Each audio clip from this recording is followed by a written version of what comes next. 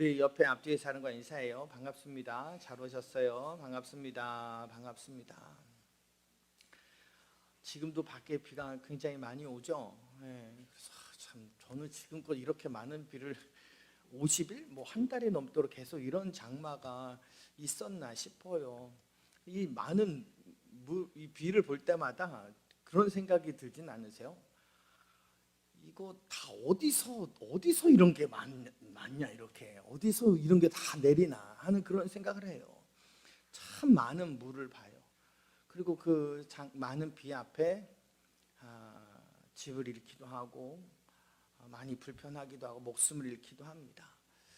그래서 이 많은 비 앞에 우리가 할 수 있는 일이 없는 것 같아요. 오늘도 예배 나오기 전에 주일 예배 나오기 전에 제가 한번 이렇게 다 둘러보거든요. 한 8시 뭐 이때쯤에 나와서 그러니까 곳곳에 이렇게 한 곳에서만 이렇게 물이 똑똑 떨어지고 있더라고요. 그 정도는 저한테는 아무것도 아니에요. 그 정도 물 좀 똑 이렇게 많은 비에 물 똑똑 떨어진 것은 그래서 감사하죠. 그래서 제 아내가 전화 왔더라고. 어떠냐고, 교회 괜찮냐고. 아무렇지도 않다고. 그러고서 이제 아침에 들어간 적이 있어요. 이렇게 많은 비를 볼 때마다 참 자연 앞에 사람이 아무것도 아니구나. 이거 예측도 안 돼요. 그 기상청이 얼마나 좋은 컴퓨터들로 다 해놨겠어요. 근데 예측도 안 되고 특별히 뭐 할 수 있는 게 없어요. 그저 물길을 이쪽 말고 저쪽으로 좀 가라고 이렇게 막아놓고 물길을 살짝 돌리든가 조금 나중에 떨어지라고 댐을 만들어서 이렇게 하든가 그쯤이지 이 자연의 위대함 앞에 우리는 참 약한 존재구나 하는 생각을 하게 됩니다. 사람들이 하나님께서 이 온 천지를 만드셨습니다. 특별히 사람을 만드실 때에도 참 신비로운 게 많은 것 같아요. 온 우주에 비하면 작은 신체에 불과합니다만 작은 신체임에도 불구하고 신비로운 게 한두 가지가 아닙니다. 조그마한 눈썹이 있어서 이 눈썹이 뭐가 들어오는 것을 막아주기도 하고 그러죠. 만약에 이게 없었으면 서로 나 좀 불어달라고 이렇게 해서 막 뒤집어 까고 막 얘기하고 뭐 그렇게 했을지도 모르겠어요. 손톱이라는 것이 있어서 이것을 물건을 꽉 잡을 수 있게도 하시고 귀도 신기해요. 귀도 사람 앞에 있는 사람 얘기 잘 들으라고 앞으로 이렇게 나와 있잖아요. 이게 만약에 뒤집어져 이렇게 있었다고 생각해 보세요. 뒷사람 얘기만 자꾸 들리고 앞에 사람이 뭐라고 얘기하는데 안 들리고 그러면 얼마나 그러겠어요. 그러니까 뒷사람 얘기만 듣지 말고 앞사람 얘기 들으라고 이게 귀가 앞으로 있는 것 같기도 하고 밤에는 그렇게 피곤했다가도 한숨 자고 일어나면 또 출근할 만한 힘이 생기기도 하는 것도 신비로운 것 같아요. 저희 장인어른께서 80이 훨씬 넘으셨는데 귀에 보청기를 하세요. 보청기가 나라에서 보조금이라는 것이 좀 나와서 저렴하게 하지만 저렴하게 해도 100만 원이 훌쩍 넘는 꽤 많은 금액이 들어갑니다. 그런데 아버님께서 늘 그런 얘기를 하시세요. 이게 원래 있던 것에 비하면 아무것도 아니다. 아무리 최고의 우리나라 그런 기술도 발전하고 그래도 원래 내기만큼 그렇게 안 된다. 그 몇백만 원을 할 텐데 그 조그마한 보청기 하나가. 왜냐하면 이게 소리가 너무 들린다는 거예요. 너무 들려요. 식당에 이런 데 텔레비전 소리가 막 웅웅 거리면서 들리고 옆에 있는 사람 얘기도 들리고 다 끄집어 오니까 그걸 주파수를 잘 조절을 한다고 하는데도 불구하고 그게 딱 기계로 딱 맞춰지는 것이 아니기 때문에 너무 어지럽고 정신없다는 거예요. 모든 소리가 다 크게 들리니까. 하나님께서는 사람을 만드실 때 모든 소리를 다 듣게 만들지 않으셨습니다.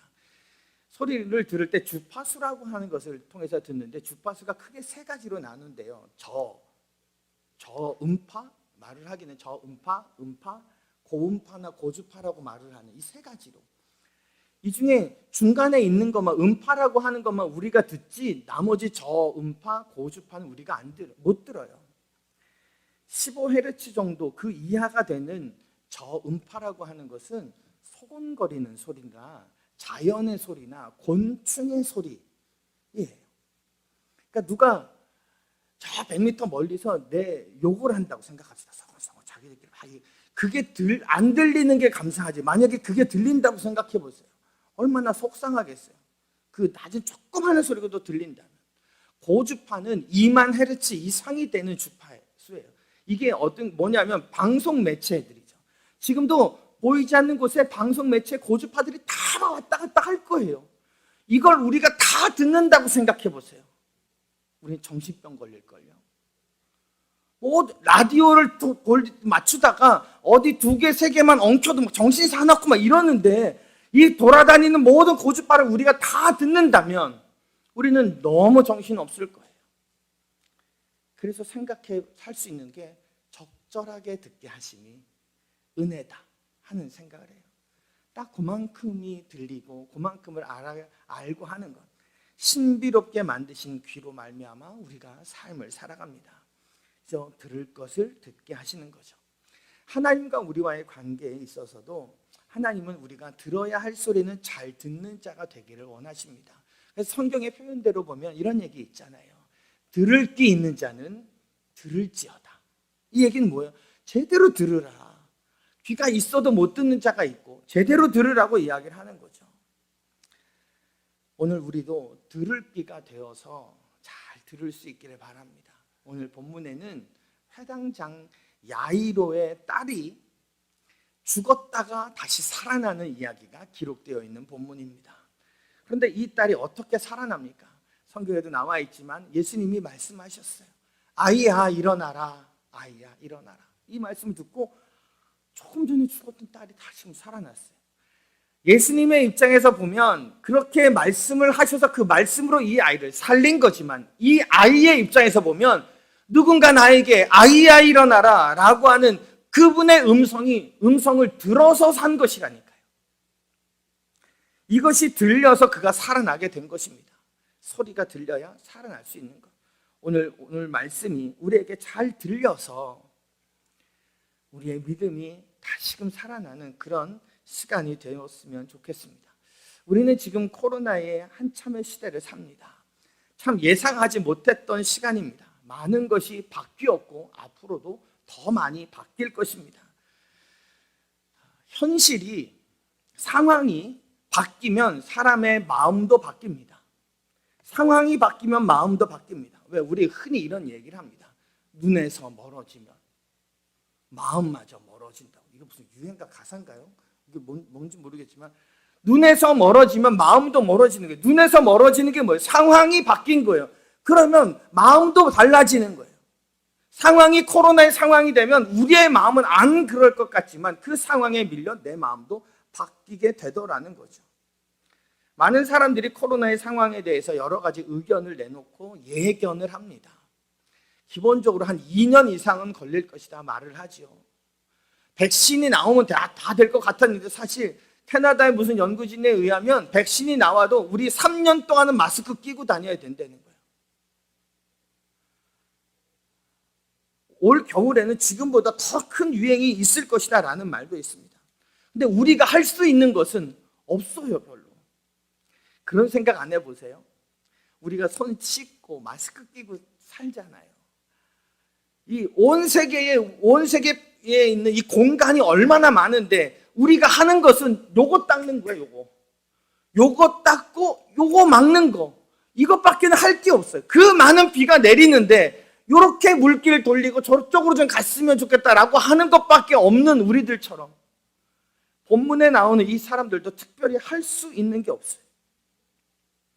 이런 상황 속에서 우리가 우리의 믿음은 어떠한지 우리의 믿음을 점검하는 시간이 되기를 바랍니다. 본문에 나오는 이 야이로가 자기 딸이 죽어가는데 할 수 있는 게 없어요. 그러다가 실제로 이 딸이 죽어요. 그러니 더 할 게 없어요.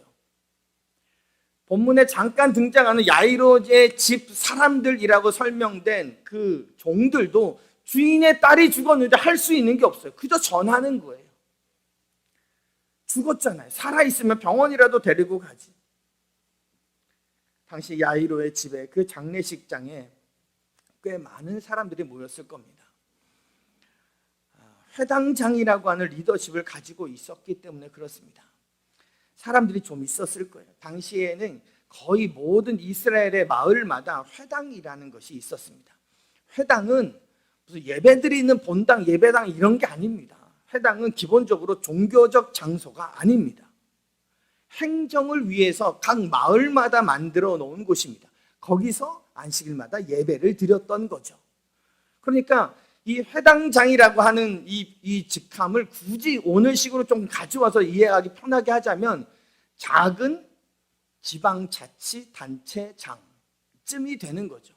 야이로라고 하는 회당장은 예배 인도자가 주된 것이 아니라 행정과 사람들을 관리하는 그런 것이 주된 그런 사람이었던 거죠. 자신이 죽었을 때보다 아마 더 모였을 겁니다. 회당장의 딸이 죽었다는 얘기를 듣고 그 집에서 예수님이 이 아이를 살리십니다. 51절에 있는 말씀을 보시면 그 집에 이르러 베드로와 요한과 야고보와 아이의 부모 외에는 함께 들어가기를 허락하지 아니하시니라. 예수님께서 그 아이가 죽어 있다는 방 안으로 그의 부모와 제자 3명만 데리고 갑니다. 왜 제자 12명 다 갔을 텐데 왜 3명만 데리고 갔을까요? 성경에 보면 이런 표현이 이렇게 3명만 데리고 간 적이 몇 번 있습니다. 겟세마네 동산에서 마지막에 기도하실 때, 또 변화산 사건에 있을 때 그때 3명만 데리고 가셨죠. 예수님이 편애하실까? 편애는 아니에요. 그럼 왜 예수님이 이들만 데리고 가셨을까? 잘 모르겠지만 예수님의 의도가 성경에 안 나와 있어도 우리가 알 수 있는 것은 몇 가지가 있을 수 있어요. 예수님이 이들에게 뭔가를 가르쳐 주시기를 원하시는 거죠. 예수님의 승천하신 이후에 베드로, 야고보, 요한이 아주 주도적으로 복음을 전하고 제자들을 이끄는 그런 리더십을 보이게 됩니다. 그래서 대표격이 되는 거죠. 제자들 중에 대표격. 그래서 이들에게 특별히 뭔가를 더 가르치시기를 원하고 계셨던 겁니다. 제가 아주 예전에 전도사 때 처음으로 장례 예배를 드리러 간 적이 있습니다. 예전에는, 요즘은 다 돌아가시거나 그러면 장례식장으로 다 가지만 예전에 누가 돌아가시잖아요. 그럼 목사님한테 전화합니다. 목사님, 우리 예를 들어 어머니 집에서 조금 전에 돌아가셨습니다. 그럼 목사님이 그 집에 가요. 왜 가요? 가서 뭐 해요? 여러분, 염해요. 염이 뭔지 아세요?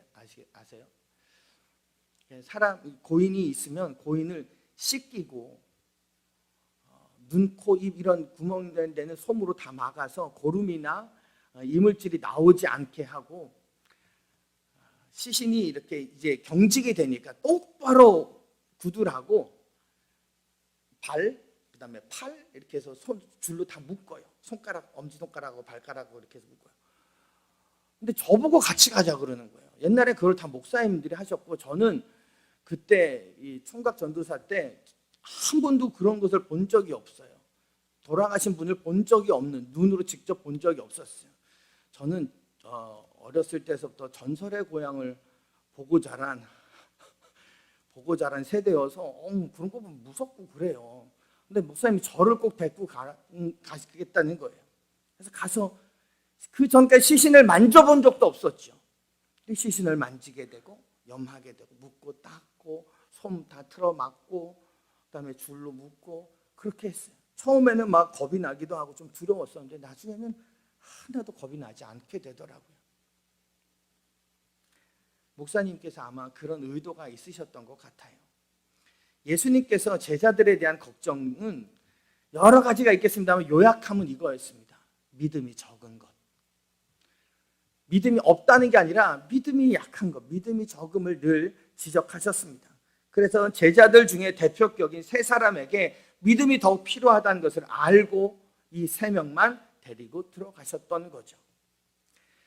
야이로와 함께 이 야이로의 집으로 가던 길 가운데에 야이로의 집에서 보내온 사람이 와서 이런 이야기를 합니다.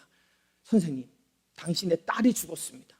주인님, 당신의 딸이 죽었으니까 더 이상 우리 예수님 괴롭게 하지 마세요 라는 소식을 전해줍니다. 그 다음에 예수님이 하신 말씀이 50절 말씀입니다. 화면을 보세요. 예수께서 들으시고 이르시되 두려워하지 말고 믿기만 하라. 그리하면 딸이 구원을 얻으리라. 고치려고 하던 아이가 죽었습니다. 고치려고 가던 도중에 딸이 죽었습니다. 근데 제자들은 지금 예수님에게서 믿기만 하라고 하는 소리를 듣고 있습니다. 물론 제자들에게만 하신 말씀은 아니었지만 그 자리에 있던 제자들은 믿기만 하라? 끝난 거 아닌가? 가던 길 가운데 죽었는데 믿기만 하라? 아, 지금이 믿음이 필요한 상황이구나. 끝났다고 생각했는데 그게 아니라 믿음이 필요한 상황이구나 라고 자연스럽게 깨닫게 되었던 거죠. 그리고 그 집에 들어가서 제자들도 시체 가까이 나아갑니다. 그때 예수님이 그의 부모들과 함께 그 아이에게 아이야 일어나라 라고 말하고 이 아이가 일어나게 되는 거죠. 제자들은 이제 압니다. 이 죽었던 소녀가 다시 살아난 것이 우연이 아니라는 것을 압니다. 예수님이 조금 전에 말씀하셨거든요. 두려워하지 말고 믿기만 하라. 이 말씀을 하셨거든요. 그걸 들었거든요. 아, 지금이 믿음이 필요한 상황이라고 말씀하셨던 것을 기억합니다. 그래서 그들은 고백할 수 있습니다. 이거 주님이 하신 일이다. 내가 따르는 예수님은 이런 분이시구나 하는 것을 알게 되더라는 거죠. 게다가 예수님이 그 죽은 자를 살리신 바로 그 음성, 아이야 일어나라 라고 하는 그 음성을 함께 들었던 제자들이었습니다. 그래서 이게 주님이 하신 일이구나 라는 것을 압니다. 이후에 제자들은 어떻게 되었을까요? 아마 예수님의 의도대로 믿음이 더욱 크게 자랐을 것입니다. 누구나 예상하는 일이지만 한국 교회가 코로나 이후에 정말 크게 어려울 것이라고 저도 생각합니다. 이미 교회에 큰 변화를 주었습니다. 코로나가 끝나도 무슨 통계에 의하면 코로나 상황이 다 종식이 됐다고 해도 여전히 15% 이상은 온라인으로만 예배를 드리게 될 것이다 라고 예측을 하고 있습니다. 특히 다음 세대 우리의 자녀들은 30%는 교회를 떠나게 될 것임을 예측하고 있습니다. 참 속상한 일이죠. 아이들이 이제 방학을 하기도 하고 했습니다만 요즘에 학교를 가는 날도 있고 그냥 집에서 온라인 수업하는 날도 있고 그래요. 그러니까 학교를 가는 날보다 집에서 온라인으로 수업하는 시간이 더 많거든요.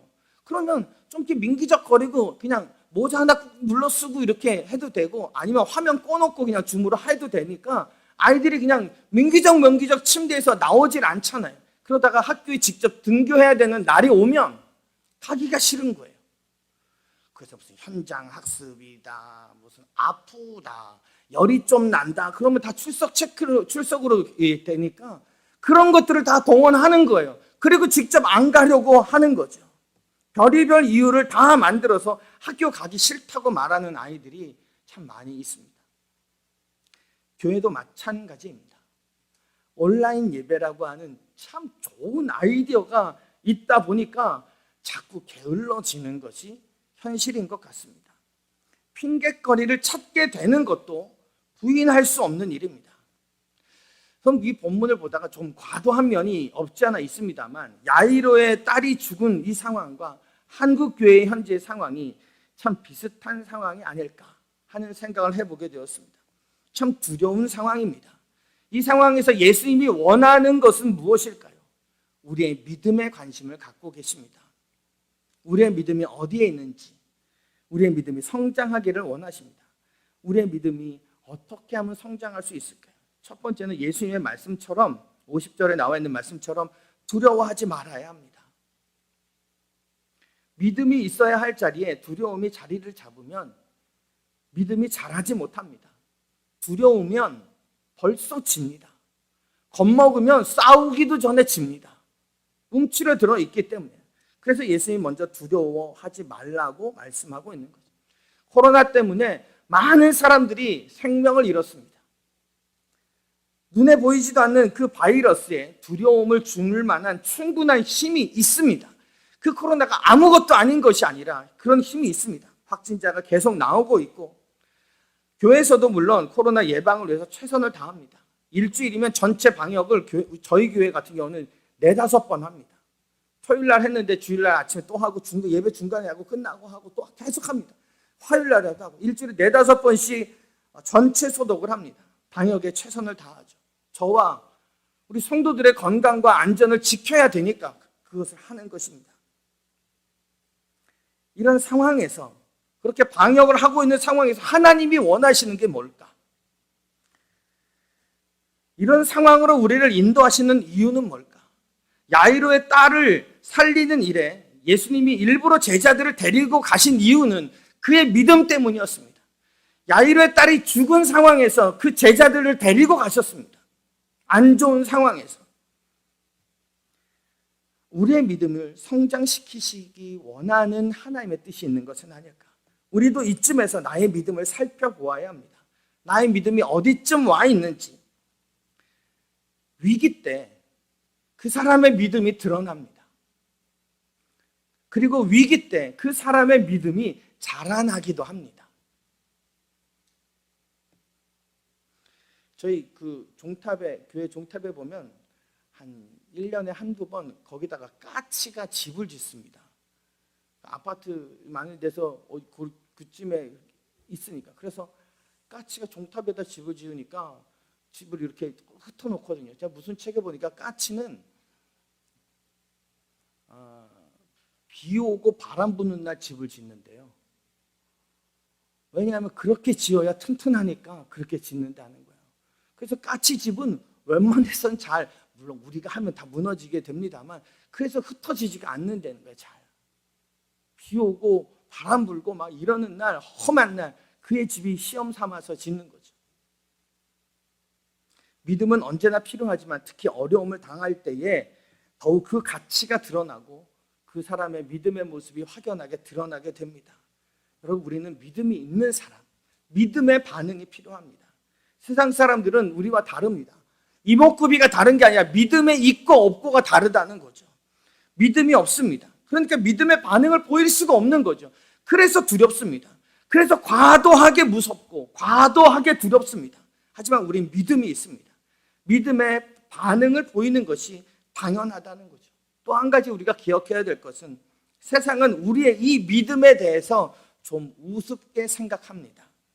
오늘 말씀에서도 나와 있듯이 예수님이 죽은 소녀를 보고 잔다라고 말씀하니까 사람들이 비웃습니다. 53절 말씀을 보면 그들이 그 죽은 것을 아는 거로 비웃더라. 자기는 지금 다 죽었는데 뭘 잔다고 얘기하냐. 참 세상 물정 모른다라고 얘기하고 비웃었던 거죠. 세상은 우리의 믿음을 비웃기도 합니다. 교회는 물론 세상 안에 있고 세상과 절대 별개일 수는 없습니다. 세상에 사는 정책과 나라의 결정을 잘 따라야 합니다. 협조해야 합니다. 그런데 세상이 우리를 볼 때 우리에게 믿음이 있어도 그 믿음이 우습게 생각됩니다. 이렇게 심각한데도 가서 예배 드려야 돼? 이렇게 어려운데 지금 가서 또 뭘 해야 돼? 그게 우스운 것이 돼버리는 거죠. 반면에 우리에게 믿음이 있어도 그것이 우습고 믿음이 없어도 그것이 우습습니다. 예를 들어서 우리가 믿음이 없는 행동을 한다고 합시다.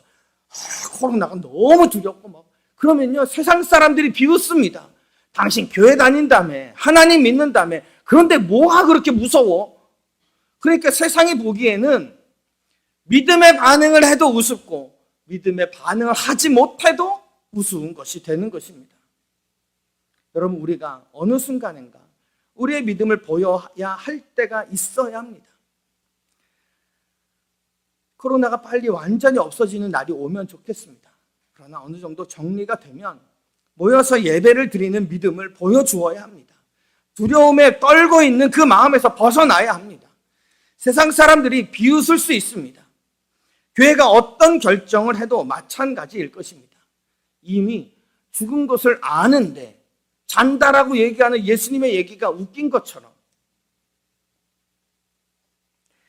세상의 법 기준에도 맞고 상식에도 맞고 법을 어기지 않는 범위 안에서 그리고 우리의 신앙의 양심상 부끄럽지 않은 범위 안에서 교회가 판단이 설 때에 믿음으로 우리 모두는 결단해야 합니다.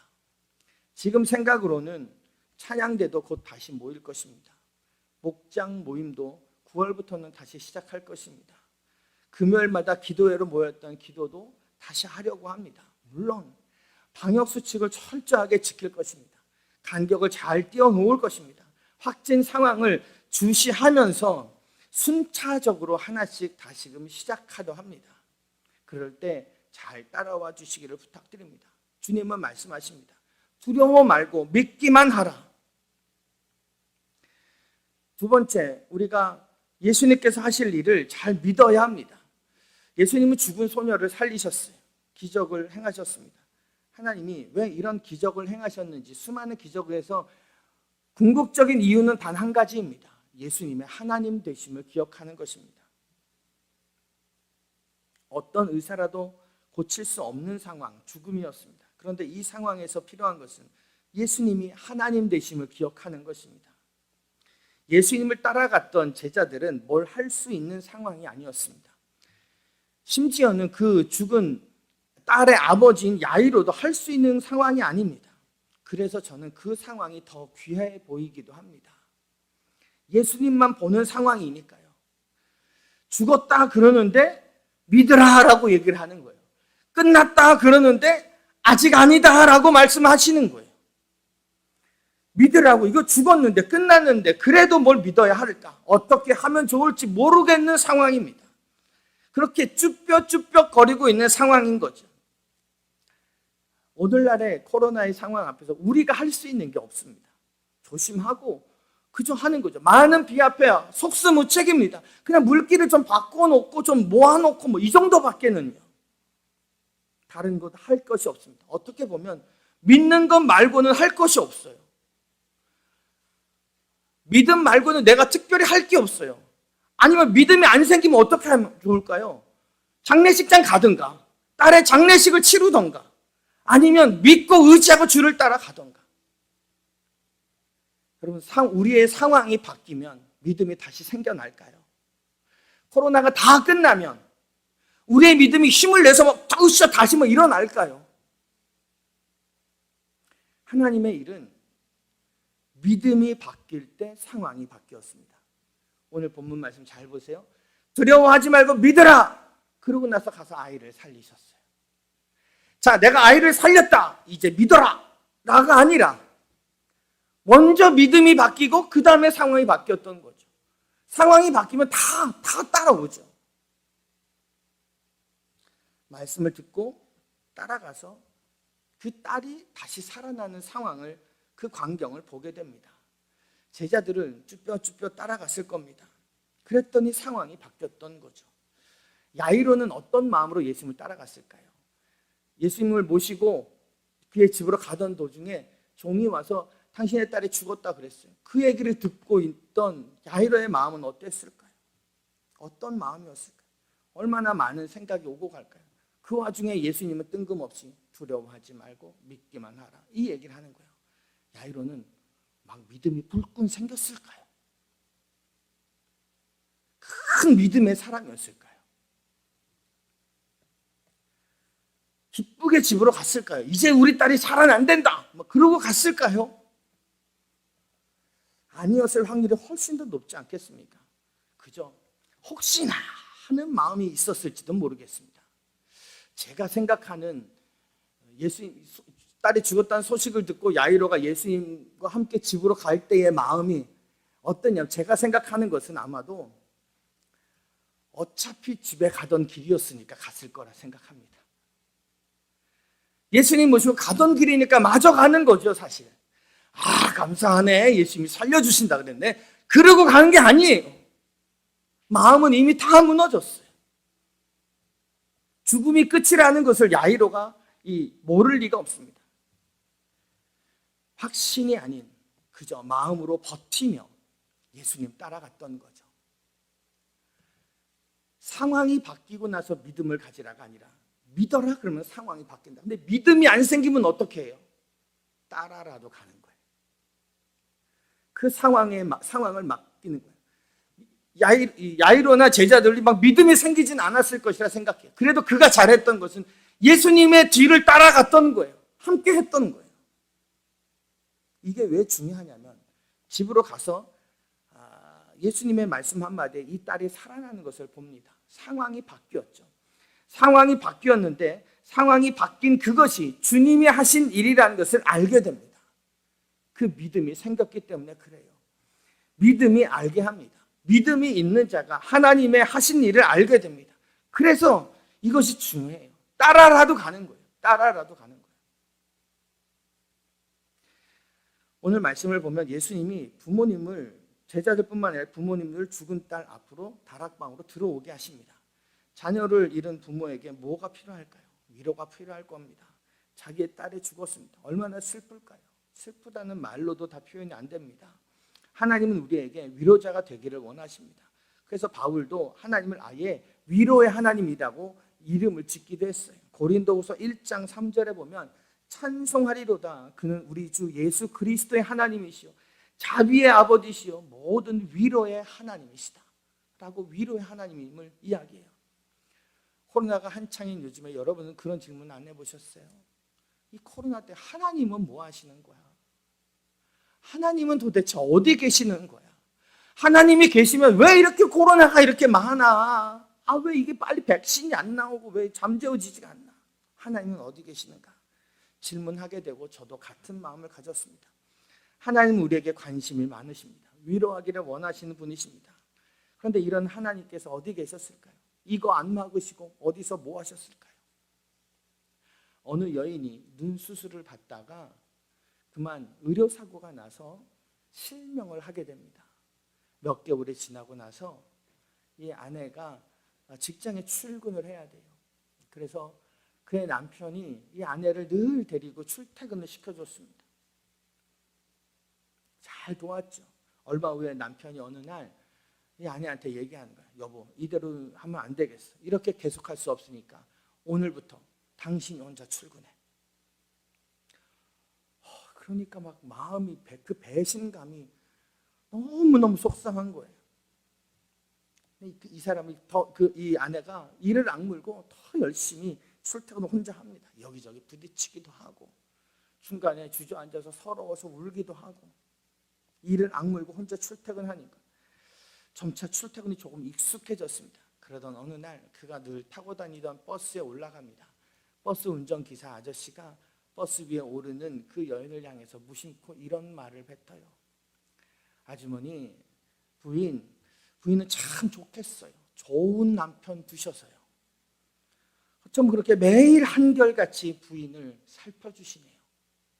이런 이야기를 하더라고요. 알고 보니까 남편은 매일 아내가 버스를 타면 같이 뒤따라 탔던 거예요. 아내의 뒷자리에 앉아서 아내의 출퇴근길을 말없이 등 뒤에서 지켜보고 있었던 거죠. 그럼 우리가 살면서 때로는 넘어지고 참 남모르는 서러운 눈물도 흘리고 상처와 고독도 있지만 그때마다 나의 등 뒤에 누군가가 있다는 것을 잊지 말아야 합니다. 내 곁에서 나를 사랑하는 누군가가 없는 것 같지만 내 뒤에는 누군가가 반드시 있습니다. 우리가 심지어는 그 사랑에서 떠나도 그 사랑에 대한 마음이 식어도 그분의 사랑은 나를 떠나지 않습니다. 따라해 볼까요? 저를 따라해 보세요. 사랑이 없는 것이 아니라 보지 못하는 것이다. 하나님은 여전히 우리를 사랑하십니다. 두려움 가운데 빠져 있는 우리를 위로하시기를 원하시고 지금도 우리를 바라보고 계실 겁니다. 남들은 잘 모르는 나만의 고민과 갈등과 미래의 불확실함과 두려운 마음을 알고 있습니다. 몇 달 동안 코로나 때문에 갑갑한데도 불구하고 또 한 달이 넘도록 장마가 계속되고 있어서 요즘 우울한 나의 감정을 이미 알고 계십니다. 이런 내 상황이 잘 안 바뀌면 하나님은 도대체 뭐 하시나 생각할지 모르지만 하나님은 이미 알고 계십니다. 사람은 모를 수 있어도 하나님은 모든 걸 알고 계십니다. 제가 요즘에 많이 흥얼흥얼거리는 찬양이 하나 있습니다. 주님은 모든 것 아시네 라는 찬양이에요. 세상의 시련이 나를 찾아올 때 어두운 골방에서 눈물 흘릴 때 내 아픔 아무도 모르겠지 나 홀로 외로운 싸움을 할 때 주님은 모든 것 아시네 그곳에 함께 하시네 나와 함께 울어주시는 주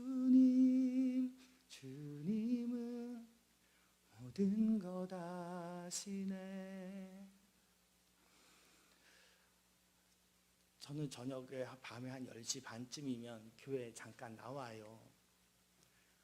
지난주 한 주간 동안에도 교회가 계속 비가 많이 와서 여기저기 좀 걱정이 돼서 이쪽에 안에 창문 없는 재정부실에 들어가 있었어요.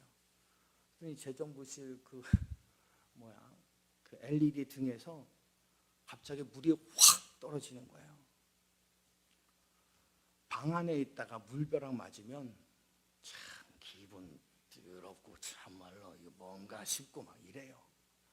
그때 이 찬양이 딱 생각나는 거예요. 난 감사한 것도 예배당 본당 어딘가에서 물이 푹 떨어지죠. 예배당 한 군데도 안 떨어져요. 저 구석에 나 혼자 있는 저기만 물이 탁 떨어지는 거예요. 그래도 참 감사하더라고, 기쁘더라고. 주님이 아세요. 이 주님이 우리가 주를 향해 나아갈 때 이 위로의 하나님을 만나게 되는 거예요. 두려움에 빠져 있었고 하나님의 일하심을 믿지 못하고 있었던 우리에게 이 위로의 하나님이 찾아오실 겁니다. 예수님은 야이로의 그 부부에게 위로자가 되고 싶으셨어요. 그래서 이미 죽었댔는데 굳이 집으로 가셨고 다 안 된다고 콧방귀 끼며 웃고 있는데 부모님 앞에서 이 아이를 살려주셨던 거죠. 이 부모에게 최고의 위로가 되는 게 뭘까요? 감히 상상할 수 없는 일이었지만 이 아이가 다시 살아나는 것, 내 딸 다시 한번 만져보는 것 아니겠습니까? 그래서 죽은 아이가 살아납니다. 이 부모에게 큰 위로가 되었던 거죠. 오늘날 이 시대에 우리에게 필요한 최고의 위로가 뭘까요? 지긋지긋한 코로나 좀 사라졌으면 참 좋겠는데 세상은 안 된다고 얘기합니다. 어떤 분은 10년이 지나야 된다라고도 이야기합니다. 코로나 이전으로는 절대 돌아갈 수 없을 것이다 라고 말을 합니다. 다들 두려워합니다. 물론 예방에 최선을 다해야 합니다만 그러나 지나치게 코로나에만 집중하다 보면 우리는 우리의 믿음을 다 잃어버리고 맙니다. 두려워하지 말고 믿기만 하라. 이게 죽었다는 소식을 들었을 때의 제자들에게 그 당시에 있었던 사람들에게 하셨던 말씀인 거죠. 소년은 죽었습니다. 죽은 것만 바라보면 믿음이 성장할 수 없습니다. 예수님이 소녀를 살리셨습니다. 이걸 믿어야 합니다. 예수님이 코로나를 충분히 해결하실 수 있습니다. 이걸 믿어야 합니다. 두려워하지 말고 믿기만 하라. 정말 코로나 때문입니까? 코로나 때문에 우리가 정말 힘듭니까? 아니면 믿음이 없어서 힘듭니까? 코로나 때문에 우리가 정말 두려웁니까? 아니면 믿음이 없어진다는 것이 두렵지는 않습니까? 우리에게 필요한 것은 이제 믿음입니다. 믿음으로 간절히 기도해야 합니다. 다시 기도의 시간을 만드셔야 합니다. 다시 예배의 자리를 회복해야 합니다. 다시 하나님을 찬양해야 합니다. 다시 그분만을 의지해야 합니다. 나태해진 신앙, 앞으로 더 나태해질 수 있는 신앙, 그 자리에서 믿음으로 일어서셔야 합니다. 한 어린 아이의 죽음이라고 하는 위기 가운데서 사랑하는 딸이 죽었다라고 하는 위기 앞에서 예수님은 야이로와 이 제자들, 그곳에 모인 사람들의 믿음이 성장하는 계기로 그 시간을 만드셨습니다. 코로나의 상황 속에서도 마찬가지가 아닐까요?